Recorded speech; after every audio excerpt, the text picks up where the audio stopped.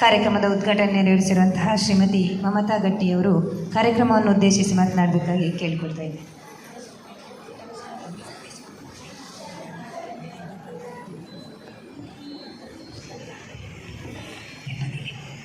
ಓಂ ಶ್ರೀ ಮಂಜುನಾಥಾಯ ನಮಃ. ಕ್ಷೇತ್ರ ಧರ್ಮಸ್ಥಳ ಸ್ವಾಮಿ ಮಂಜುನಾಥ ದೇವರಿಗೆ ವಂದಿಸಿಕೊಂಡು ಬಂಟ್ವಾಳ ತಾಲೂಕು ಜ್ಞಾನ ವಿಕಾಸ ಮಹಿಳಾ ಕಾರ್ಯಕ್ರಮದ ಪರಮ ಪೂಜ್ಯ ಶ್ರೀ ವೀರೇಂದ್ರ ಹೆಗ್ಡೆಯವರ